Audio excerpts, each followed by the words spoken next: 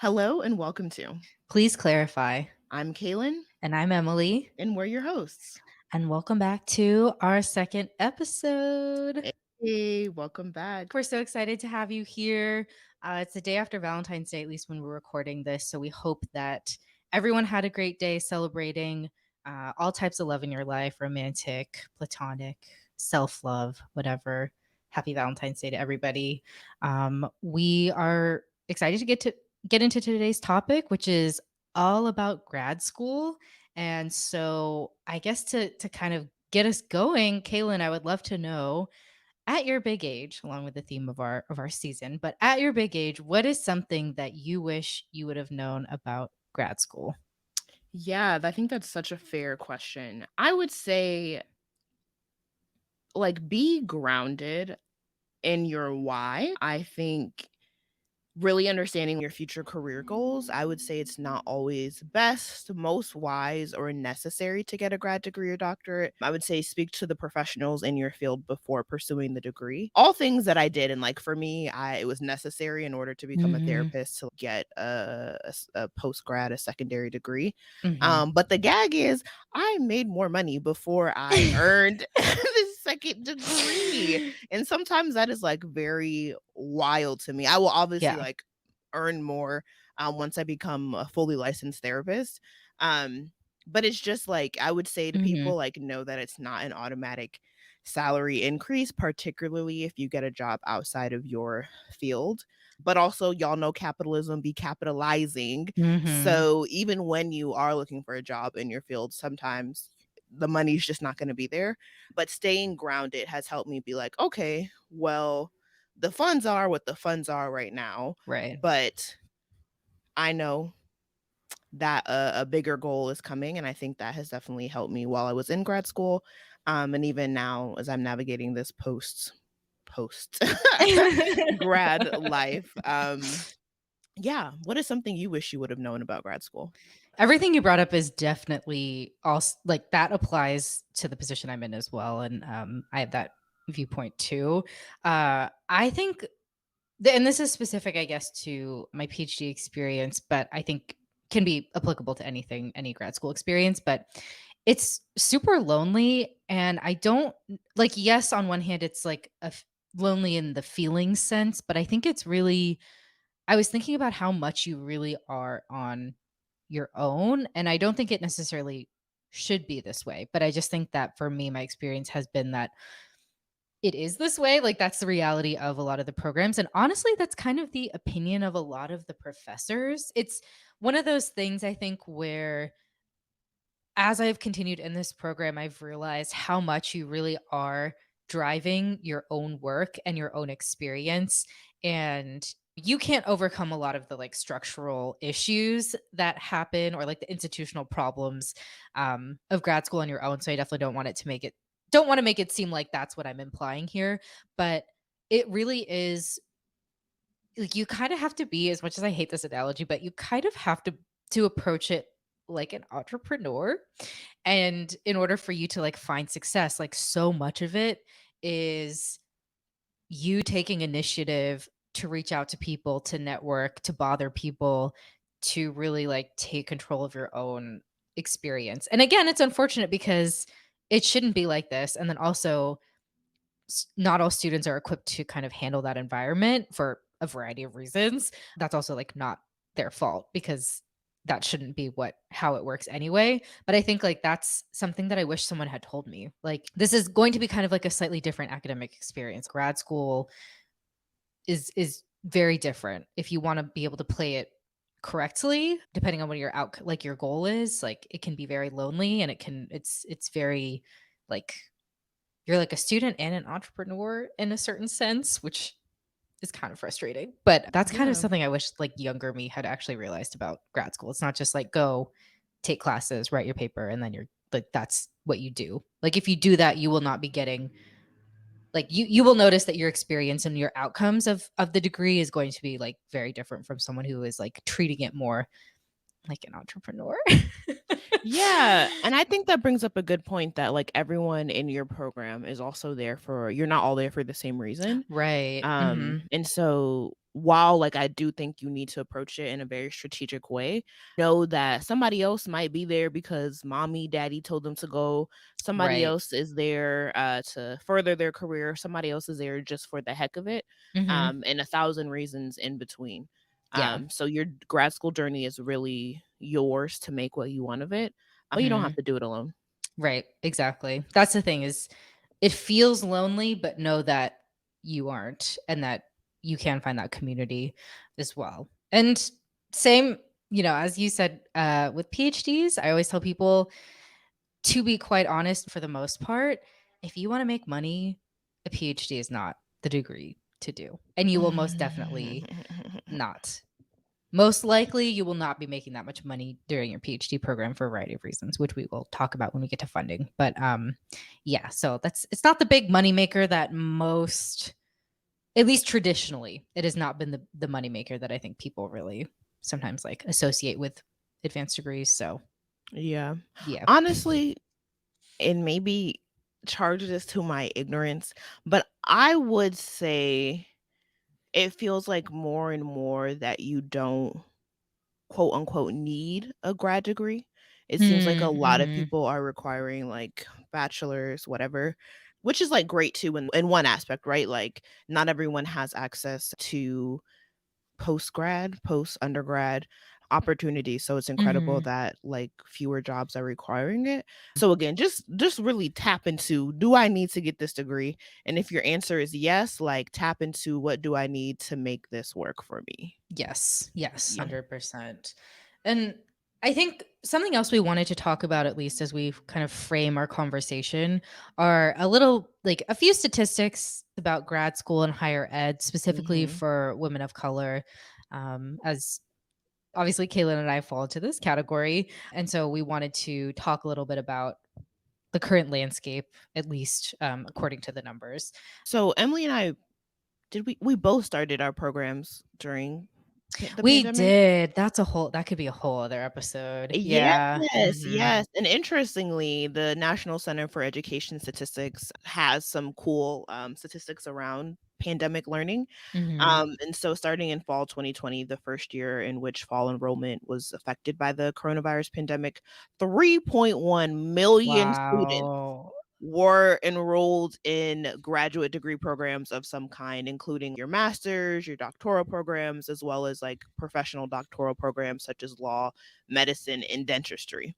So we were Yeah. in these streets. We weren't the only ones We in were these academic not. streets. And I know that's like a common like whenever there's like a recession or something like that, I know it is common for people to kind of go back to grad school. Like I know that those trends tend to like it makes sense, but yeah, we were a part of that 3.1 million. And on top of this, in fall 2020, female students made up 61% of grad school enrollment. That's 1.9 million students, Woo. and male students made up 39%, 1.2. So that's Wow. actually I know it's oftentimes when we talk about, grad school or academia, we often talk about like the experience of women femmes within the academy.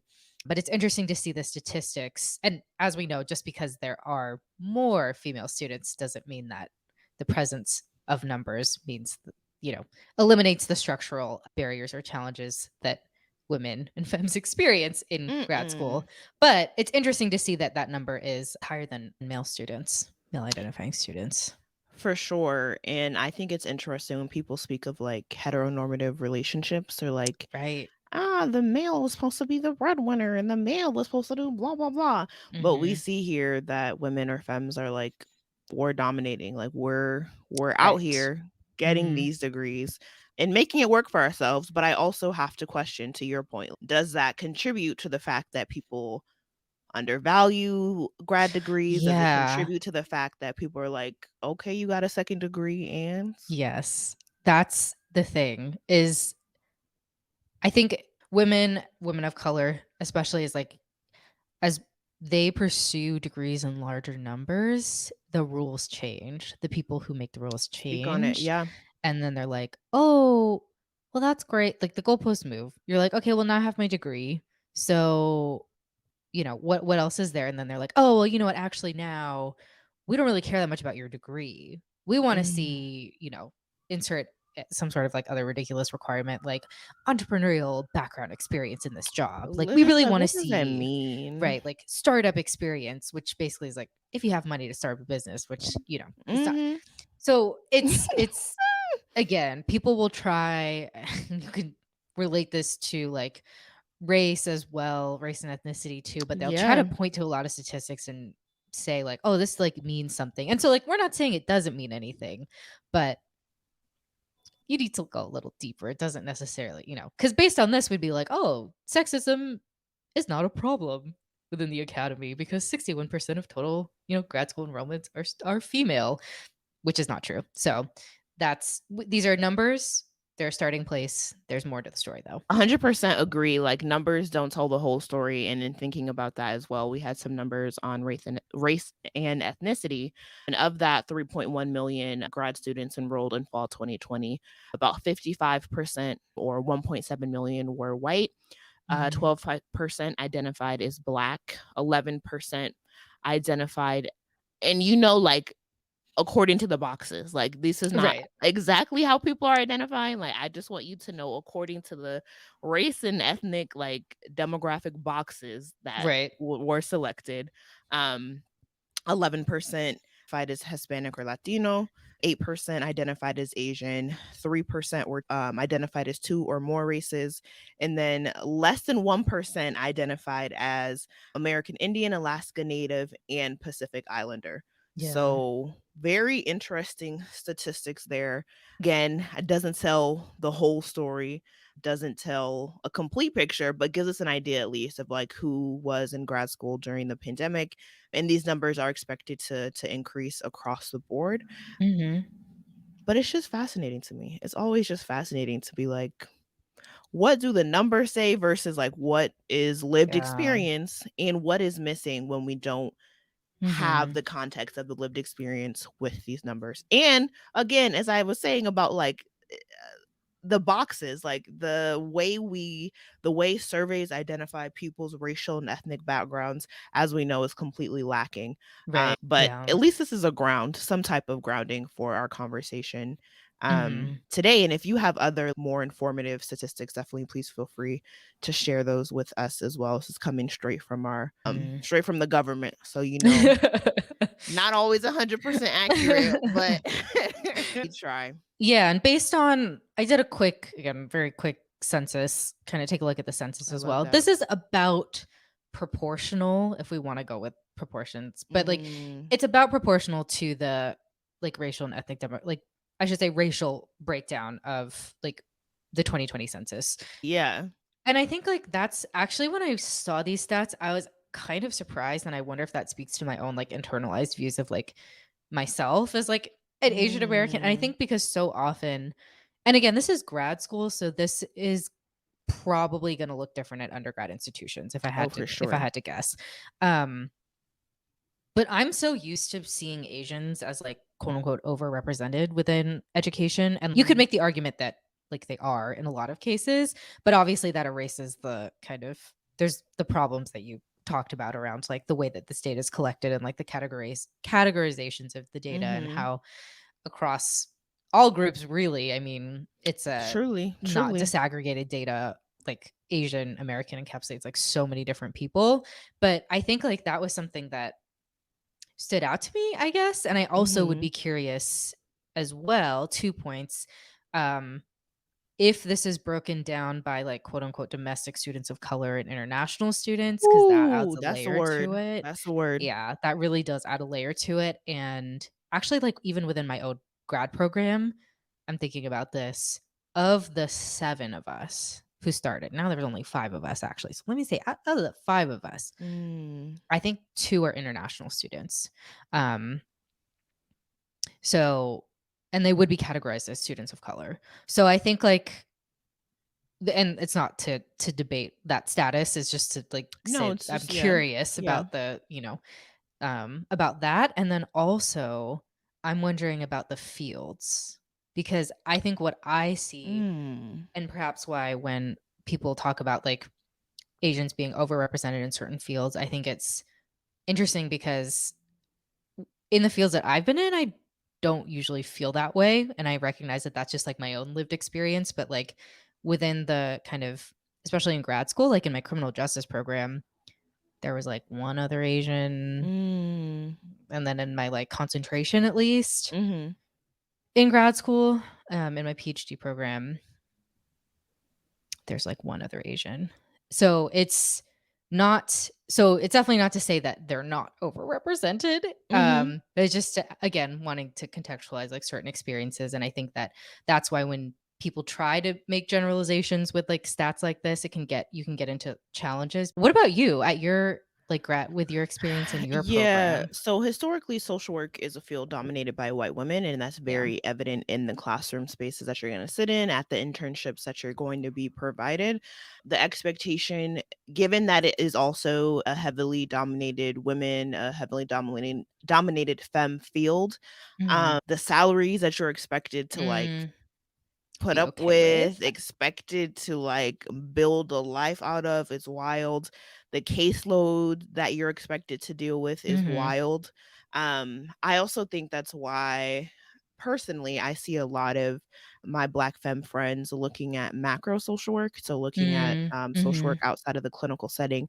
Because Yeah. salaries are higher, people are going to actually respect, well, let me not make a generalization there, but, people will want to pay you your worth more, not necessarily that they respect the degree, because I don't Mhm. think people, and this is a separate topic, but I don't think people fully grasp what social workers are trained to do. I think Mhm. they often think we're, coming to take people's children away, or we're coming to hand Mm. out food stamps, or we're coming to help connect people to Mhm. different resources, and that's all, like, a part of social work, but Mhm. that's not even like 10% Of of what you do, what we yeah. do. But I think to your point, yeah, my classes were mostly white women. A lot of my professors were white women. I Yeah. made it a point though to find an internship with a black supervisor with Mhm. a client population that represented who I hope to eventually work with and open my own practice to work with. Mm, But you do have to be very intentional about it, as you're saying, because the systems, the classes, the everything is not built in a way that will provide students of color with the experience that they need to be effective in the way that they're hoping to do mm, so. So, mhm. grad school was Yeah. definitely all about intentionality. Every moment was Yeah. work. Classroom Yes. discussions were work, unpaid work, but Yes. always work. And I was actually in a program, and we can actually start getting into our experience of grad school, but Yeah. I was in a Mhm. program that focused on, it was called the New Leaders in African Centered Social Work Program at the Mm. University of Michigan, and Mhm. we had a pathway of classes that really focused on the Black diasporic experience and how we can support culturally relevant practitioners, again, whether that is in the clinical setting or elsewhere. Like, one of my internships was actually working with the senator, in Michigan. Mm, So mhm. making sure that no matter what atmosphere we're touching, that people are getting the support they need in the way that they need to get it.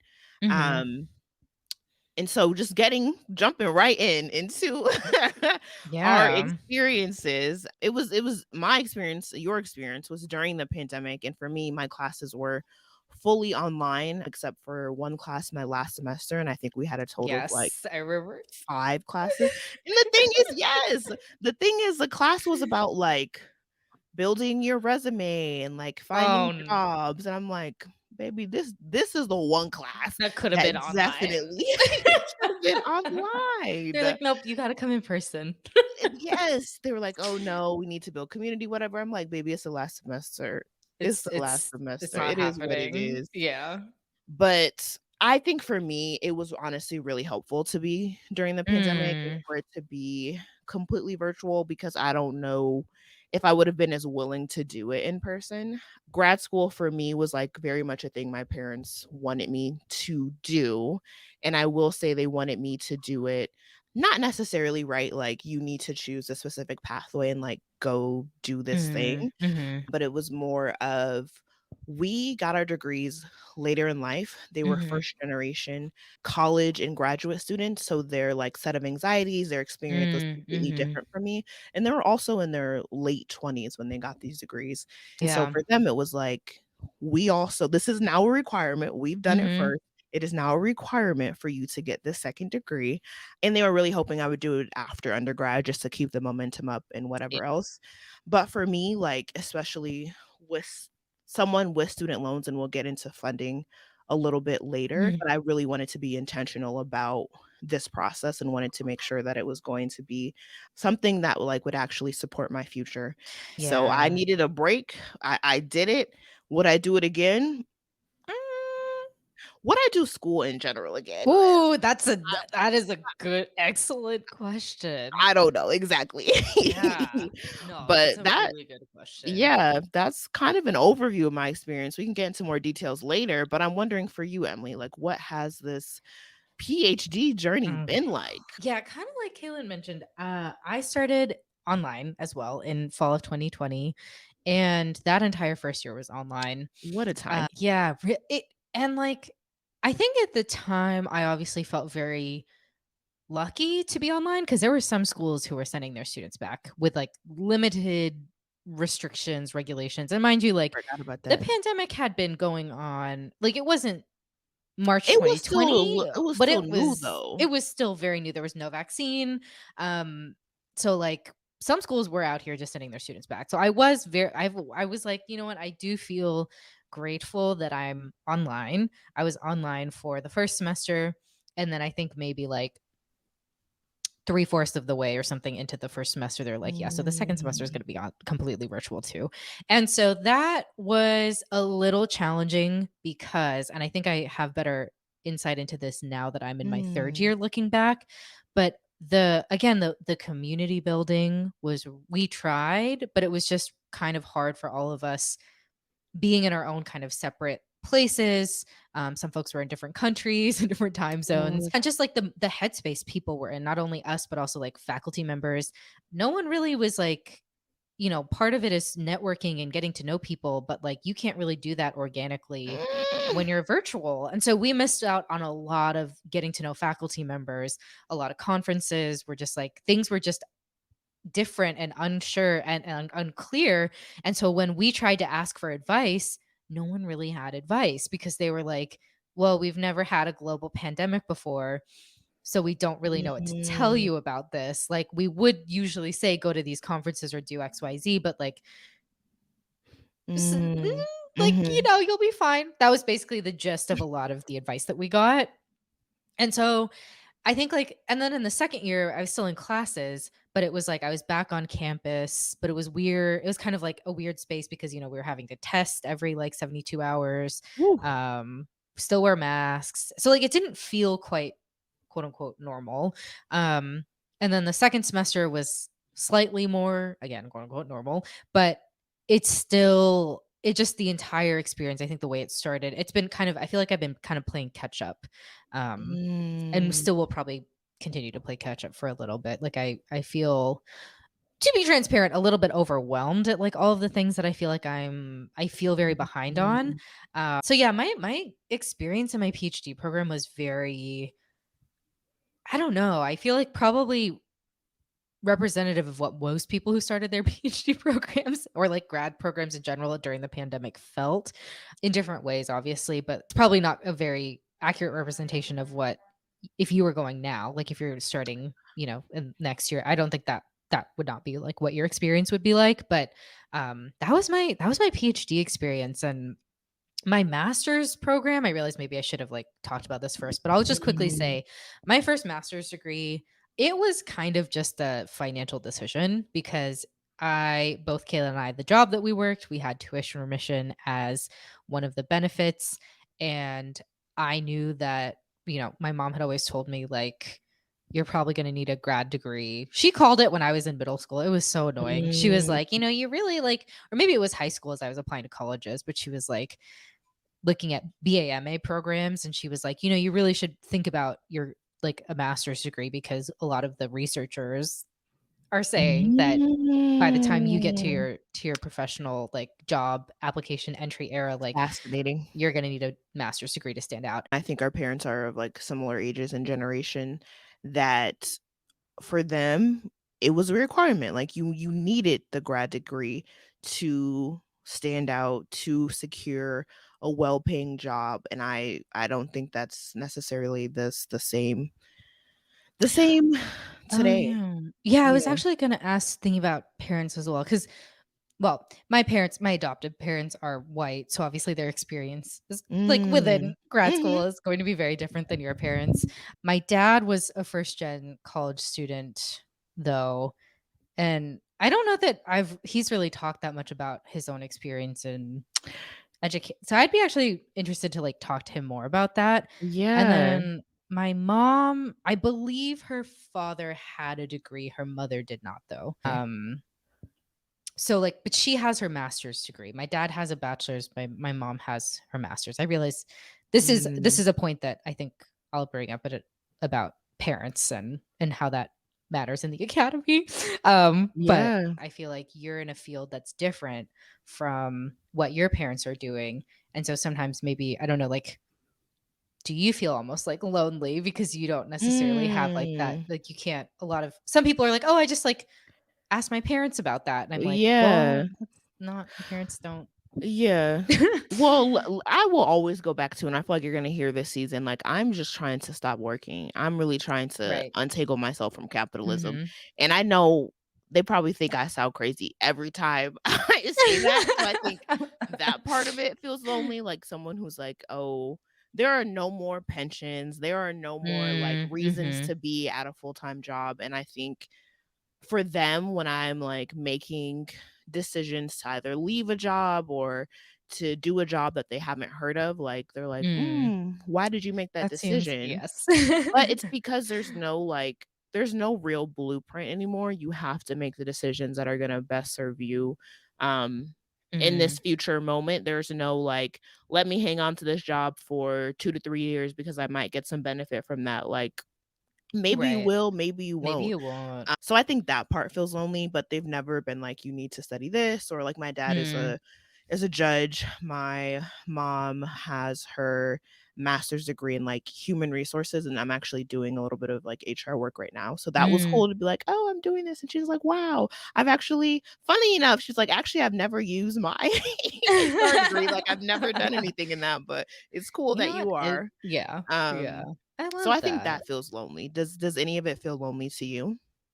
It's hard. I think sometimes yes, but I also don't my parents, I don't know, I remember I was talking to my dad about an assignment one time, or, like, we were just having a conversation, and I, was like, "Oh, I have to, like, write this lit review."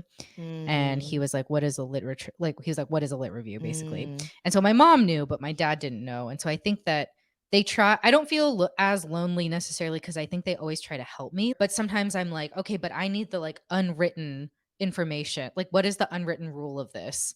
Because you can go Mm. online and you can read things, and I think it's, like, slightly changing now, but unless you That have part. someone who, like, went through it That and part. knows the unwritten rules of how you're supposed to act, how you're supposed to do certain things, which is a controversial statement to make, but, like, there are unwritten rules, and sometimes Mhm. depending on the environment you in, if you don't follow them, um, like, it's not a good look. So that part Yeah. feels lonely because I'll say, they'll be like, "Well, I found this article." And I'm like, "Thank you. I appreciate you, like, engaging and being interested, but also, like, Mhm.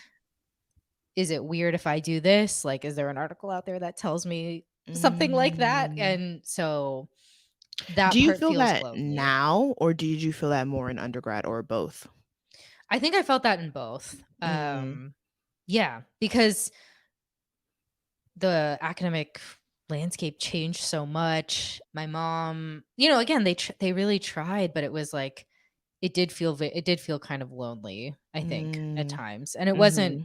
I think, even again, they did everything they could, and They I did their figured best. it out. Yeah. I figured it out, but yeah, it did feel like, especially as I got, to my PhD program, and then I would talk to professors, and they would talk about how they're helping their kids do certain things, and I'm like, you know, if I had I'm like, if I had someone, like a parent, telling me that Mm, if you wanted to apply to PhD programs, like, this is what you need to be doing, it mhm. probably would have been a lot easier.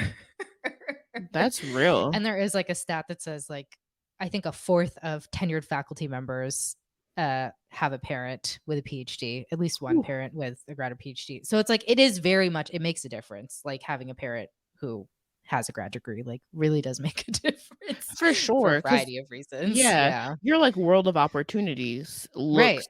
greater, especially when they have the grad degrees when you're to your point, when you are so much younger. So in middle school, they can be like, "Oh, you need this," or like, "This Right. is what your future, um, can look like." I think that's such a great point that I really hadn't put much thought to, but Yeah, yeah. yeah. Which I mean, and speaking of, processes, but tell me a little bit more about your application process. And I know we were working on our grads collapse together, but tell me a little bit more about how that went for you and your Yes. programs and social work specific, the ins and outs. Let Y let let yeah. the people know. So as Emily said, we were definitely in the trenches together. I would say my like official start to the grad school process, excuse me, was at the Idealist Graduate School Fair at Boston University. Oh yeah. Yes, so they had a Okay. whole bunch of different, like, grad programs from across the US come Mhm. in. They had tables, you could speak to representatives, whatever. So first of all, sometimes I get very detail oriented, so I had, like, a Yes. spreadsheet, I had this, Yes. little Mhm. question thing I had printed out with different sections, so I'm going to each table trying to get these questions answered, whether it's about finances, Yeah. whether it's about the different opportunities they offered. I knew I wanted to do a Black focus and African centered Mhm. focus program. So I'm asking about different opportunities to do that. Long story short, I ended up applying to 3 schools, Mhm. Boston University, Boston College, and U of M. Back to Emily's point earlier about Mm. where we were working at the time, we got tuition remission at, Boston University, and I had known some people who had done the social work program there.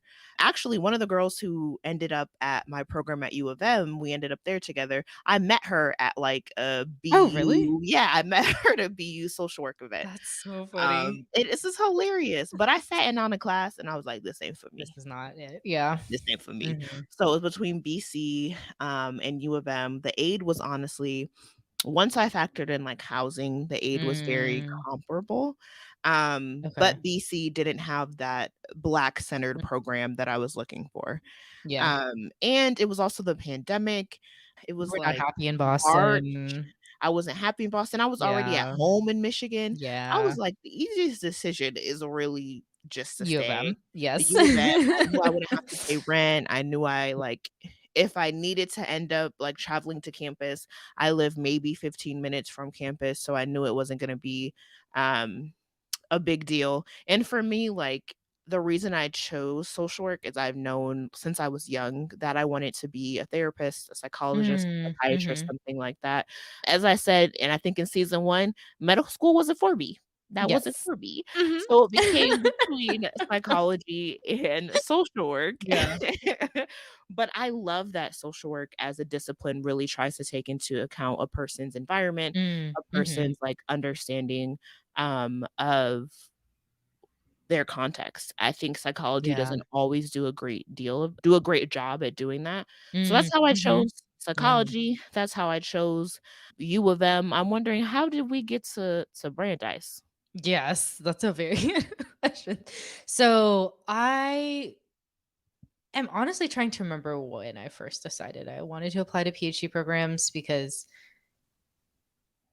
that's a whole other conversation, but Girl. let's just go to the yeah. So I decided to apply to PhD programs. I knew that I wanted to stay in Boston at the time Mm, in just the general area, so that was already kind of a limitation in some ways because Boston obviously has a lot of universities, so it wasn't in other ways, but I was like, okay, in this geographic location, I knew I wanted to do policy, or at least at the time, I mhm. was like, I wanted to do a policy program. Social policy stood out to me because I liked public policy based on my knowledge of like what it is in the program, Come what the on. programs are actually like. But it's very, I don't want to say it doesn't factor in like the human experience, but it is policy focused ultimately. And so like social policy for me is more around like the social well-being of folks and how policies like play into that. Again, at least how I understand it.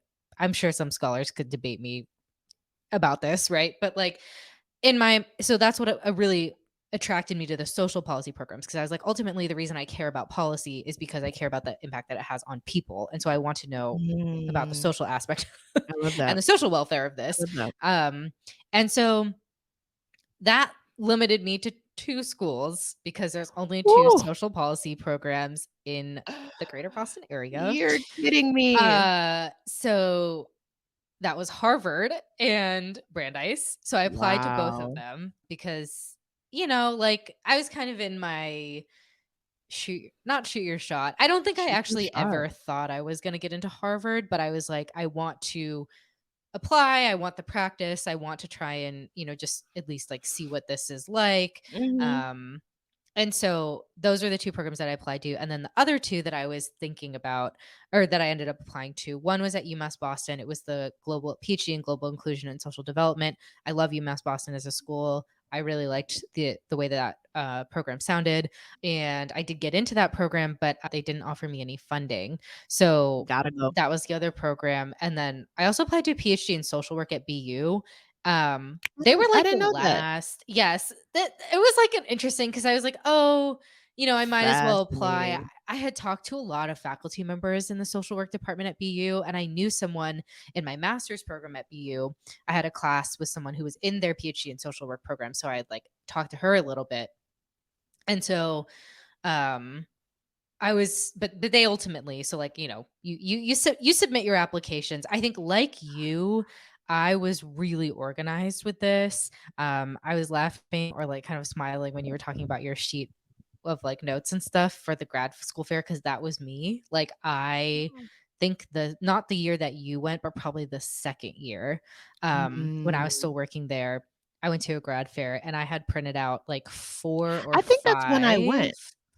I Oh, don't think I okay. work there anymore. Yeah. I think we went Oh, okay, together, okay. We but I went didn't work there together. anymore. Yeah. Yeah. So I had printed out these, like, I had made these documents that had the name of the school, the program, the requirements, my questions, like all these things. And I had like a space for notes. I got their contact information. So I was like very rigid about like everything, because there's a lot of different moving pieces to this. But Lots. um yeah. And this won't necessarily be like how to apply to PhD programs, but like my recommendations at least are to Mhm.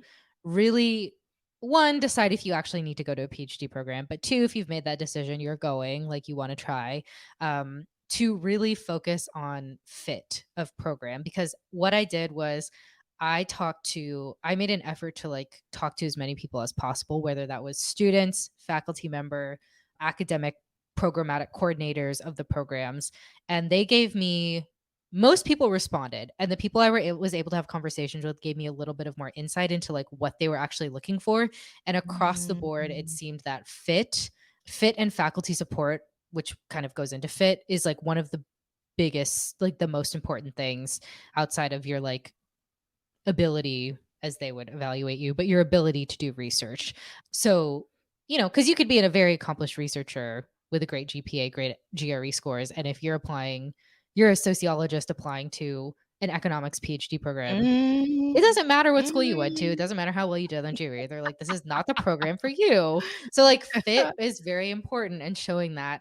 But I would also say, to myself as well, again, like research experience is also, it's not necessarily required. And I think that people have a lot of questions about this. I was worried I didn't have enough research experience, which is probably true ultimately when I look back on it. But just remember that research experience can be a lot of different things, but I would recommend you try to gain some, mainly one, to make you a more competitive applicant, but also because you want to see if you even really like it. Like, do you Mm. want to be doing, like, cuz research Yeah. sounds interesting and great, but then research, when you're actually like having to do it according to the institute's rules or university rules and policies and like all these other things, is not actually as like attractive or like sexy as you might think it is. So Yeah.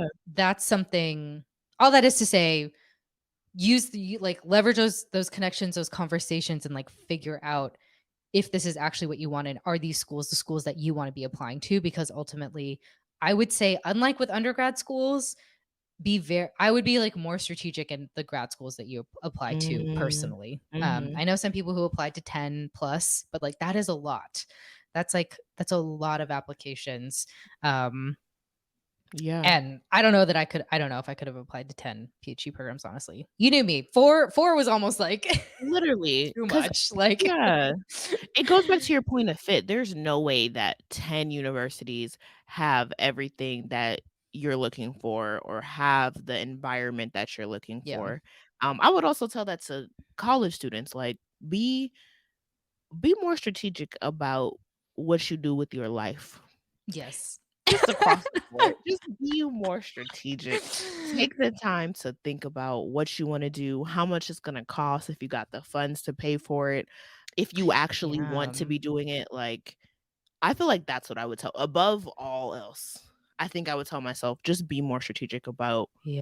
life and take the time to pause and figure it out before you're just stepping out and doing something." Like, I wish I would've taken a year off after high school 'cause I Mm. think that would have been a nice, like, grounding moment of like, "Okay, girl, you just finished high school. Interesting. You just ran the rat race of that.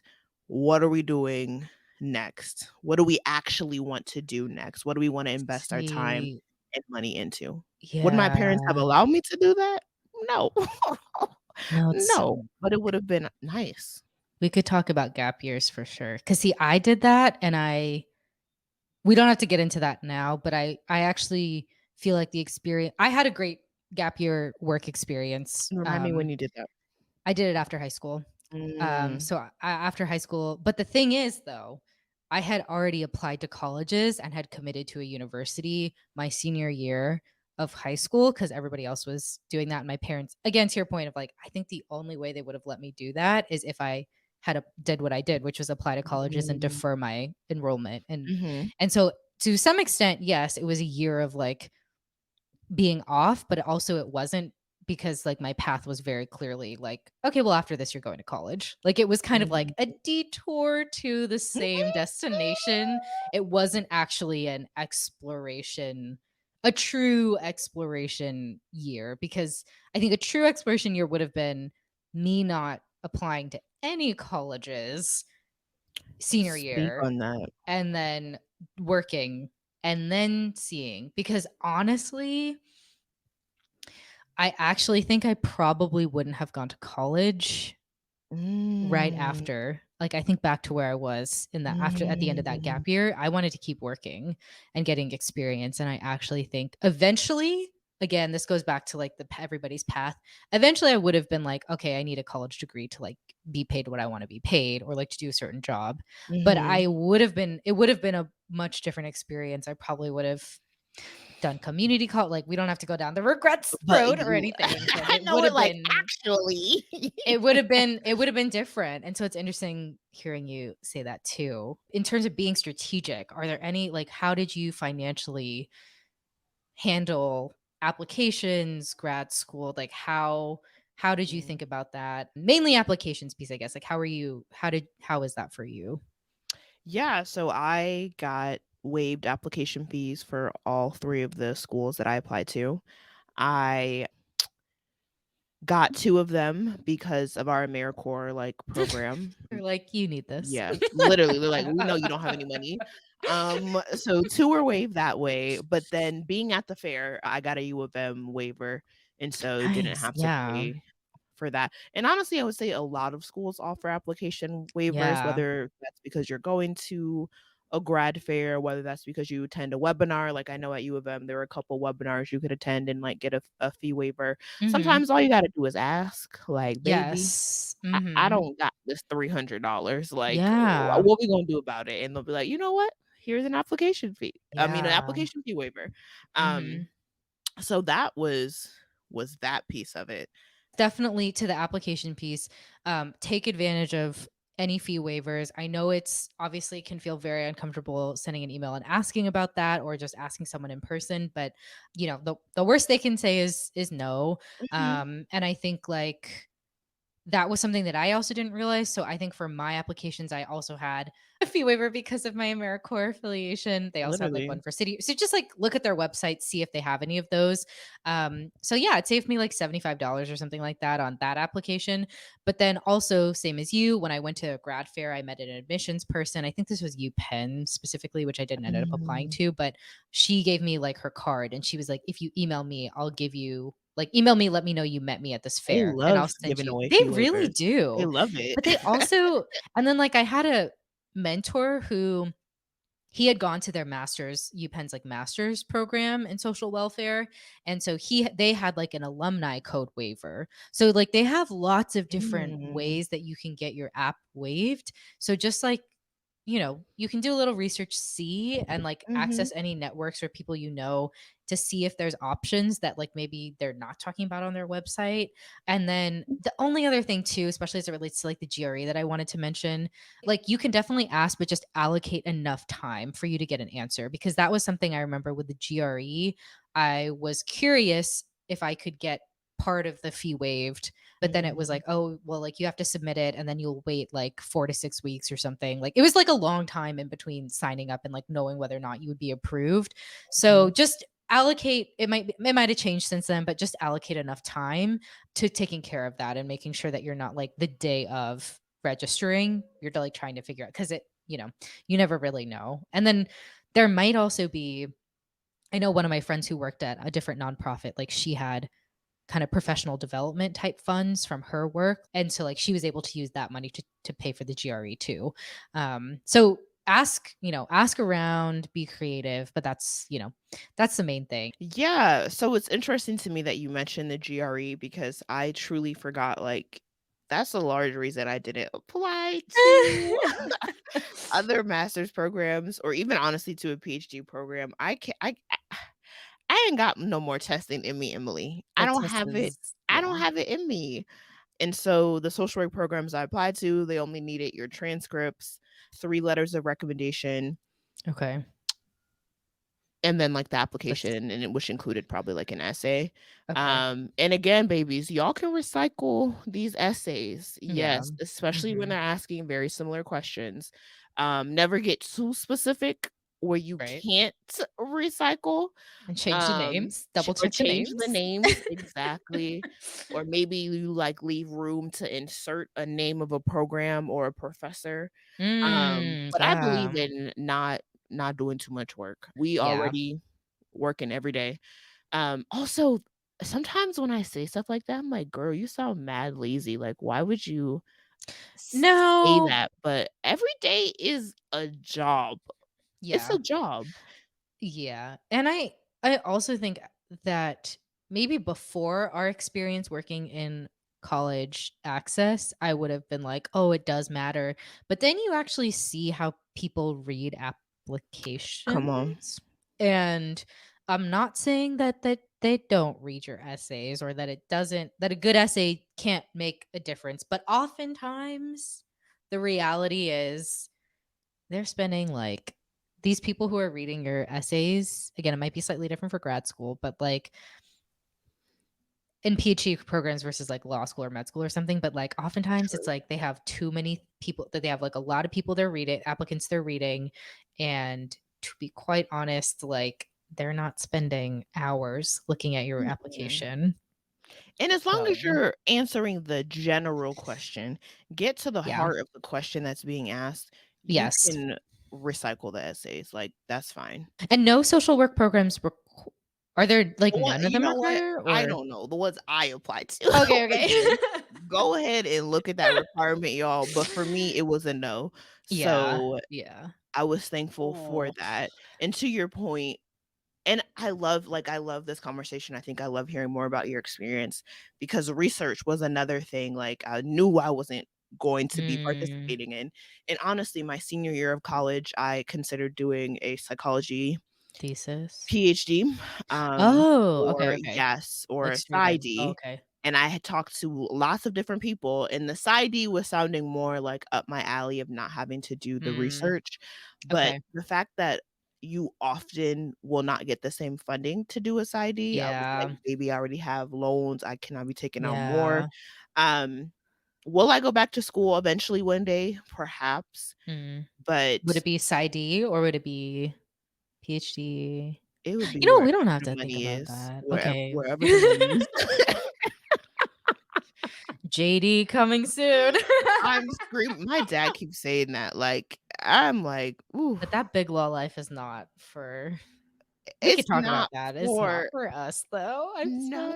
It's not. No, Yeah. and that's what I would have to be doing to make money, like, Mhm. and it's sad that capitalism continues to suck the life out of All of us. career paths, Yeah. but Mhm. I'm genuinely a happy person, y'all. Like, I want y'all Yeah. to know that, but I do want to be honest about what it is. Yeah, it's And I true. think when thinking about education, when thinking about careers, like, a lot of it comes down to, especially as a woman of color, especially as someone who comes from a background, again, my parents were first generation, college and graduate students, like, what are you falling back on? Like, Right.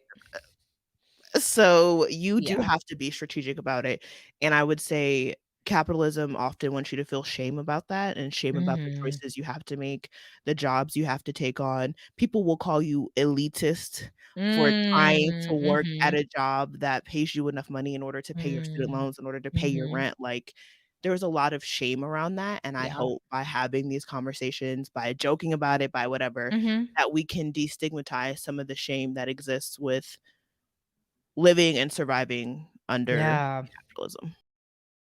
And actually, now that we're saying this, I'm like, "Why did I apply?"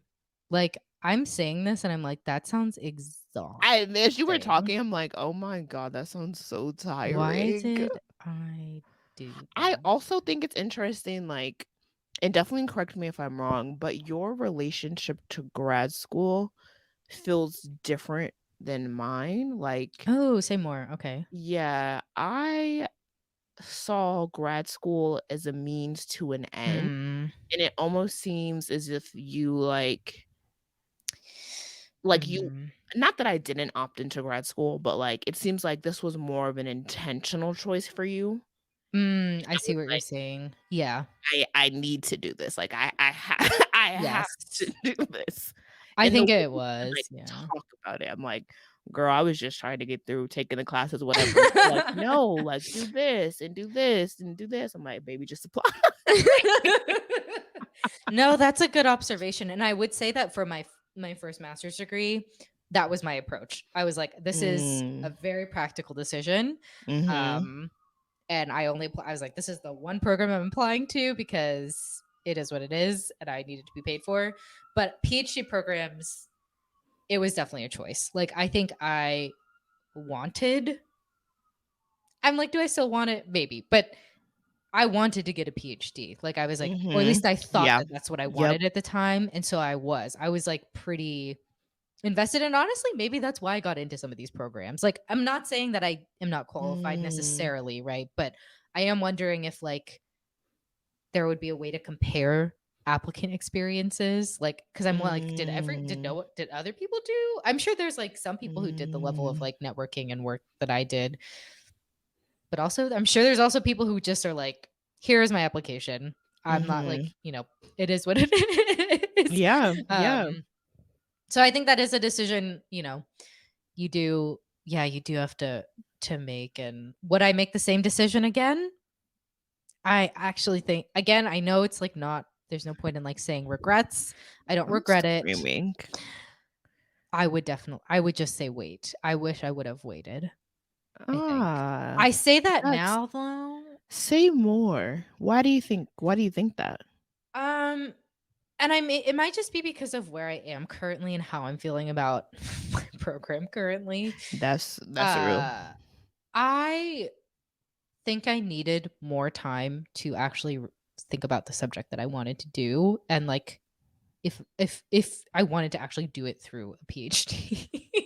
um, Mm, and I think that I mean, it's so hard too because I'm sure if I when I'm older, like when I'm done with this, I'll be like, "Oh, I'm so glad that I got it out of the way young and that I can just continue it." Like so, but I do think that I wish I would have even if it wasn't weighted, I wish I had had more actual research experience, like social science research experience Mm, before this. So whether that was an undergrad, like I wish I had done a thesis. Like, mm. and I remember I had a political science professor tell me like this would be a really good thesis, and I just was like I was like, I don't know what that means, so I'm not going to do this. Back to your point, that's a great Like, point. That's a great point. I love yeah. that connection. Cuz and You that's the had nobody thing. else to be like, "Yeah, you should do this." Right, and no one told me truly, I know some people might hear this and think like, "How could you not know that?" I thought research was only done in a lab. When you said research to me, Mm, that's what I thought research was, and mhm. I was like, "I'm not in STEM. Like, why am I gonna be doing Europe? Why Oh, do like, those type what of kind of like." labs. Yeah, I was like, Oh, you didn't even think about, like, other type "No." of labs. Oh, I okay. hated research because, again, no one had been like, research is more I than got you. this. But I thought research was like hard science lab doing Fascinating. chemistry, which I did really love chemistry too, but like not that was in high school anyway. But like that's what I thought it was. And so when people would say things like get Oh. research experience, I thought they meant like go work in a lab. And I'm Oh. like, that's not what I'm doing. I don't know, like have the qualifications to You do didn't that. know, like, social science labs and other Exactly. I didn't know ah. that that was, and again, That's so fascinating. I didn't really Yeah. have that mentorship. Quite honestly, I didn't really have that Yeah. mentorship in undergrad. Honestly, even now I'm like, do I even have a mentor? But topic for later. But Yes. I didn't have anyone telling me like, no, you should be doing this. Mm, And even if you're not sure if you want to do a PhD, if you do this now, it will set you up, you know, as an option. It will be a strength in your mm. applications and it will like open doors for you. Um and yeah, no one told me. I was just like trying to get through I was trying to get through college. I was like I'm focused on working, and even my grades, like we could have a whole episode about undergrad. Like Literally. I was like I'm just trying to get my degree. I'm trying to get my degree and go. Yeah, that was my I've endured mentality. enough trauma here. So when I people were cannot like do more. but they were like, "Do a thesis." I was like, "Absolutely not." Like, I was like, "What? What?" And now I'm like, "I wish I had done a thesis." You're doing it, just not Yeah, when you would have wanted to do it. yeah, yeah. Yeah. So, Woo, yeah. child. Well, This was a good episode. You know what? I know it felt a yeah, little bit like I think there's a lot here. there's There's a lot definitely a here, lot here. Editing is going to be interesting, but there's a lot here, and I think we can make it work. and then add in a part that's like part Mhm. 2. Part 2 where we talk about funding Everything else we and meant to speak yes, about. funding and what we're gonna do with our degrees. Oh my gosh.